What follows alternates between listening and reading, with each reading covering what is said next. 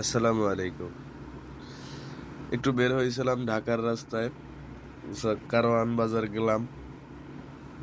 কারওয়ান বাজার যাওয়ার পরে ও জায়গায় আমার যেতে সময় লাগছে প্রায় ১ ঘন্টার মতো। উম বিজয় সরণি এটা জ্যাম ছিল। আমি গুলশান থেকে কারওয়ান বাজার গেছি। সো যাওয়ার পরে দেখলাম মেট্রো রেলের উপর দাঁড়াই যে ও জায়গায় মানে জ্যামটা রেগুলার থাকে। তো হঠাৎ করে একটা অ্যাম্বুলেন্স চোখে পড়লো।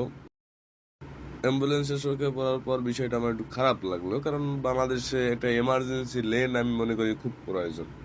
কারণ একটা অ্যাম্বুলেন্সে থাকে এমার্জেন্সি রোগী।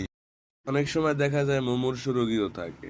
সো এক্ষেত্রে এমার্জেন্সি ট্রিটমেন্ট প্রয়োজন হয়। যে কারণে অ্যাম্বুলেন্স জ্যামে যদি এভাবে আটকা পড়ে থাকে তাইলে মনে করা যায় যে এদের দুর্ঘটনাটা ঘটার সম্ভাবনাই বেশি। সো বাংলাদেশে একটি এমার্জেন্সি লেন প্রয়োজন অ্যাম্বুলেন্সের জন্য। জাস্ট আমি একজন বাংলাদেশের সাধারণ নাগরিক হিসাবে আমার কাছে বিষয়টা মনে হলো যে বাংলাদেশে একটা অ্যাম্বুলেন্সের জন্য এমার্জেন্সি লেন প্রয়োজন।